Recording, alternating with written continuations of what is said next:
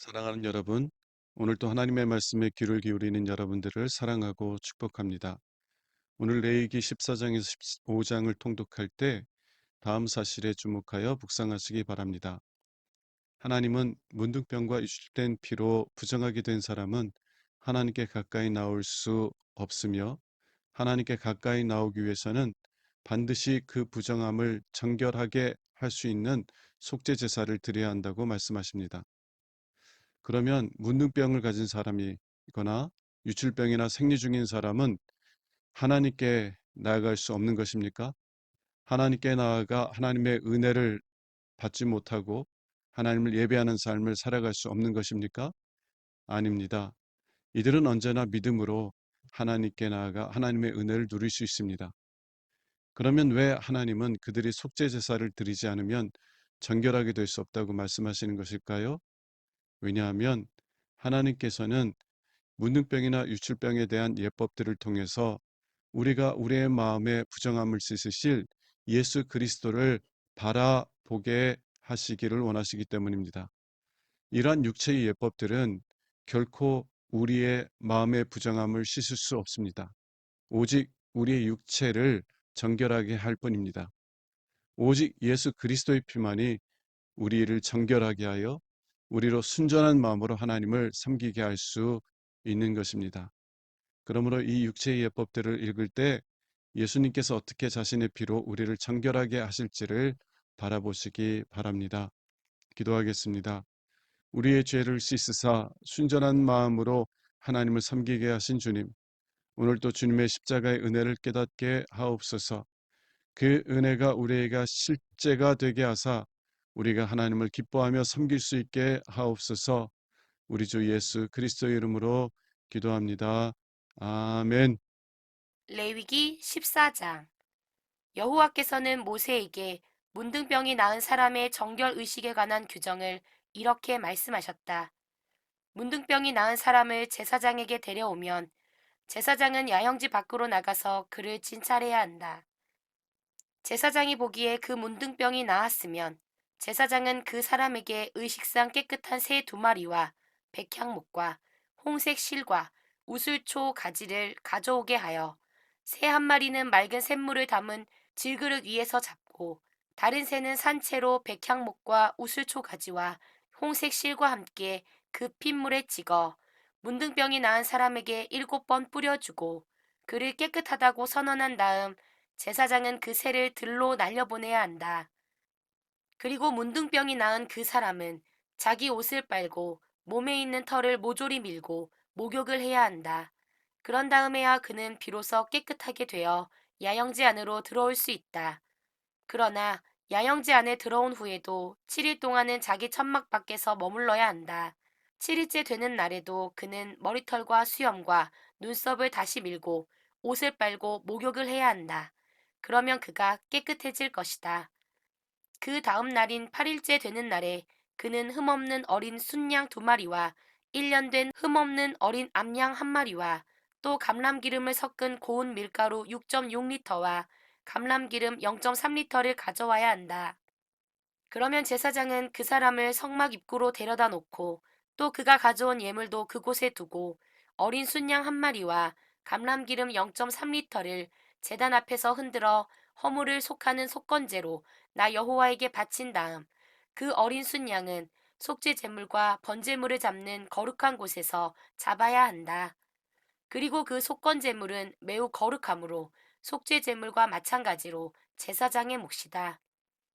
제사장은 이 속건 제물의 피를 가져다가 그 사람의 오른쪽 깃불과 오른쪽 엄지손가락과 오른쪽 엄지발가락에 바르고 또 그 감람기름을 자기 왼쪽 손바닥에 부은 다음 오른쪽 손가락으로 그것을 찍어서 나 여호와 앞에 7번 뿌리고 손바닥에 남은 기름의 일부는 그 사람의 오른쪽 깃불과 오른쪽 엄지손가락과 오른쪽 엄지발가락에 속건제물의 피를 바를 때와 같이 바르고 그 기름의 나머지는 그 사람의 머리에 발라 제사장은 나 여호와 앞에서 그를 위해 속죄해야 한다. 그런 다음 제사장은 속죄제를 드려 부정에서 깨끗함을 받으려고 하는 그 사람을 위해 다시 속죄하고 또 번제물을 잡아 그것을 곡식으로 드리는 소제물과 함께 제단에 바쳐 그를 위해 속죄해야 한다. 그러면 그가 의식상 완전히 깨끗해질 것이다.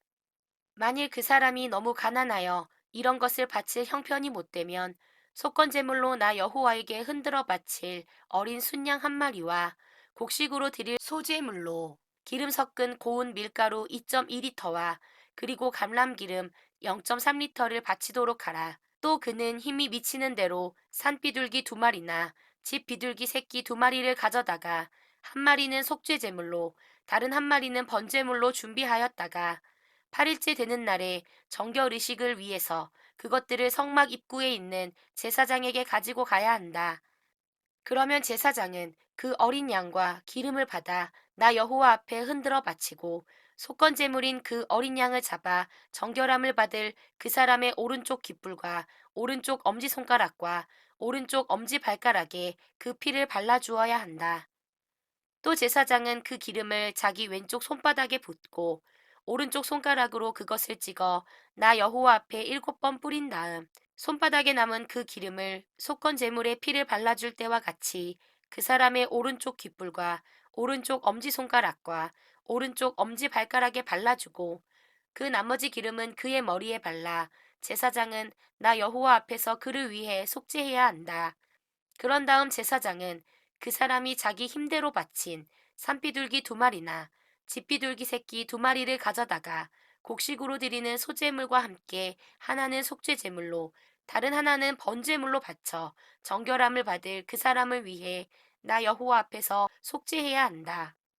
이것은 문둥병에 걸린 사람이 너무 가난하여 부정해서 정결함을 받는데 요구되는 제물을 그대로 바칠 수 없는 경우에 지켜야 할 규정이다.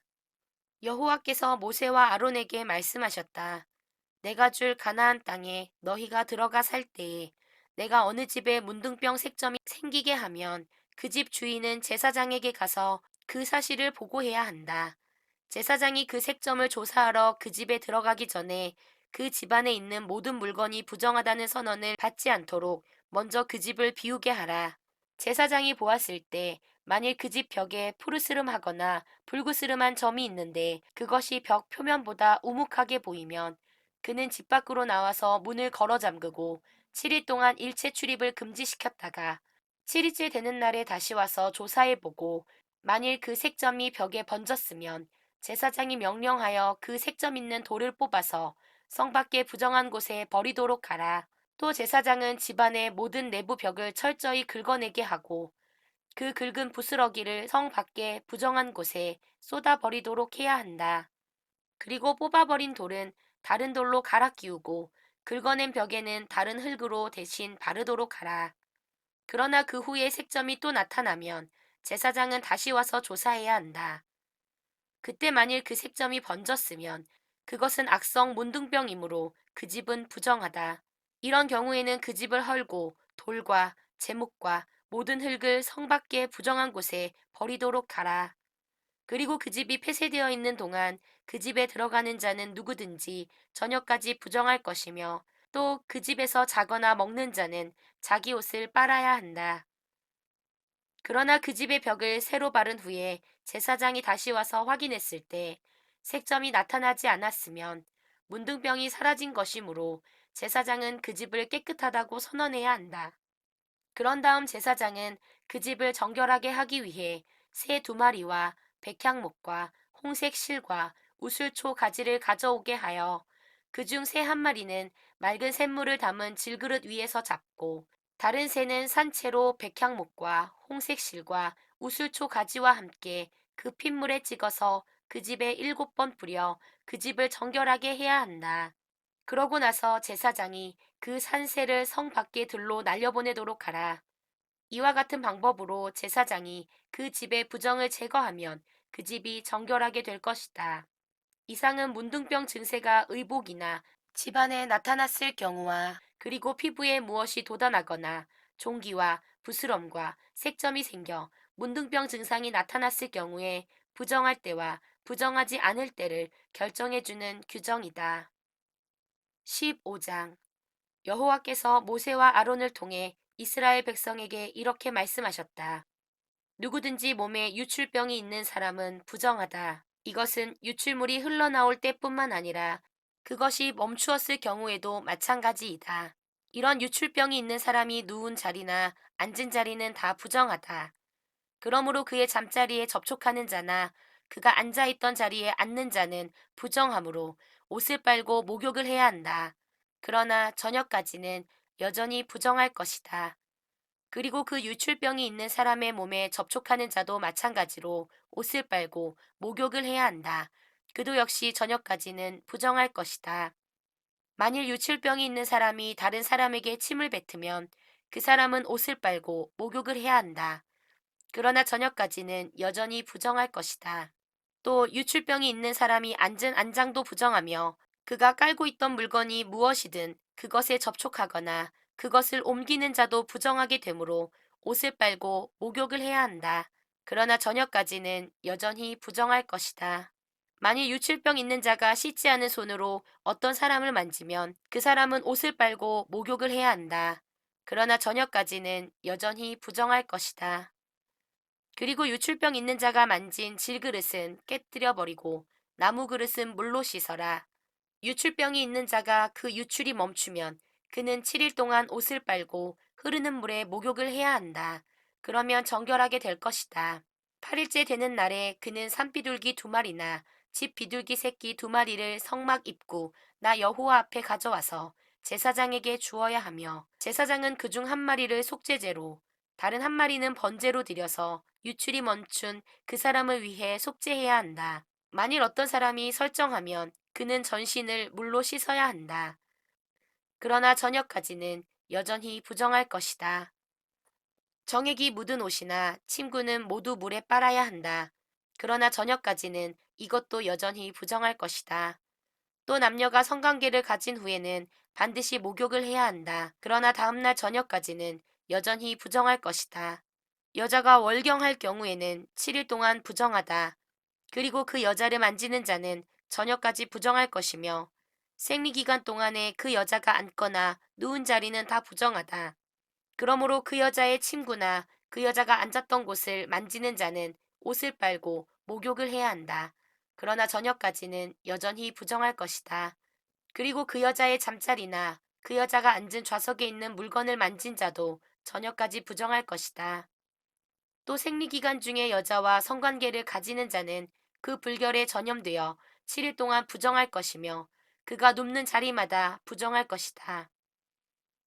만일 생리기간이 지났는데도 월경이 계속되거나 또 생리기간이 아닌데도 피가 흐르면 그 기간 동안에 그 여자는 정상 생리기간 때와 마찬가지로 부정하며 그 기간 동안에 그 여자가 눕는 자리나 앉는 자리도 정상 생리기간 때와 마찬가지로 부정하다. 이런 것을 만지는 자는 부정하므로 옷을 빨고 목욕을 해야 한다. 그러나 저녁까지는 여전히 부정할 것이다. 그리고 흐르던 피가 그치면 그 여자는 그때부터 7일이 지나야 깨끗해질 것이다. 8일째 되는 날에 그 여자는 산 비둘기 2마리나 집 비둘기 새끼 2마리를 성막 입구로 가져와 제사장에게 주어야 한다. 그러면 제사장은 그중 1마리를 속죄제로 다른 1마리는 번제로 드려서 피를 흘려 부정하게 된 그 여자를 위해 나 여호와 앞에서 속죄해야 한다. 너희는 이스라엘 백성에게 경고하여 이런 부정에서 떠나게 하고 그들이 자기들 가운데 있는 내 성막을 더럽혀 부정한 가운데서 죽는 일이 없도록 하라. 이상은 유출병이 있는 자와 설정으로 부정한 자와 생리기간 중의 여자와 월경 불순으로 부정한 여자와 그리고 부정한 여자와 성관계를 가지는 자가 지켜야 할 규정이다. 오늘의 말씀은 레위기 14장부터 15장까지의 말씀입니다. 오늘도 좋은 하루 되세요.